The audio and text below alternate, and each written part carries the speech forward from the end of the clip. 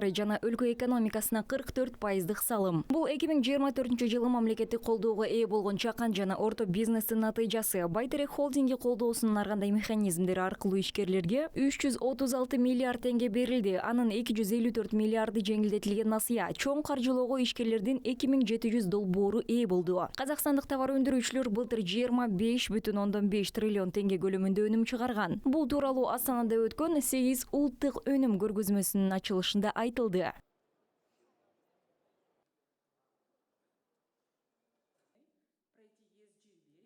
Поддержка малого и среднего бизнеса будет только усиливаться. Чакан жана орто бизнести колдоо күчөйт. Быйылкы жылы биз экономиканын реалдуу секторун өнүктүрүүнү тездетүүгө басым жасадык. Мамлекет маалымат технологиялары, логистика, туризм, тамак аш, курулуш материалдарын өндүрүү, унаа жасоо, жеңил жана химиялык өнөржай сыяктуу келечектүү тармактарда чакан жана орто бизнес үчүн инвестициялык долбоорлорго ачык буйрутма жарыялады. Бул багыттарга ар тараптуу колдоо көрсөтүлөт. Легкая и химическая промышленность.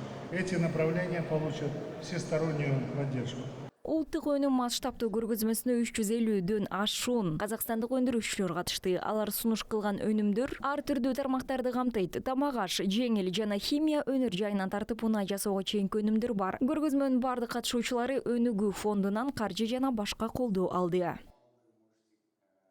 Это всего лишь малая часть, которую мы вообще поддержали. Бул өткөн жылы биз колдоо көрсөткөн ишкерлердин бир бөлүгү гана. 2024 жылы биз 29 000 субсидия бердик. 1 триллион теңгеге 29 000 долбоор колдоого алынды. Жалпысынан 40 000 долбоор 1,7 триллион теңгеге ээ болду. Биз үчүн эң артыкчылыктуу тармак болуп өндүрүш тармагы эсептелет. Бул өндүрүш бөлүгүнүн мультипликативдик таасири болот. Бул жаңы жумуш орундары, салык төлөмдөрү, жалпысынан импортты алмаштыруу жүзөгө ашат. Создаются это налоги, платятся, ну и вообще в целом импортозамещение происходит.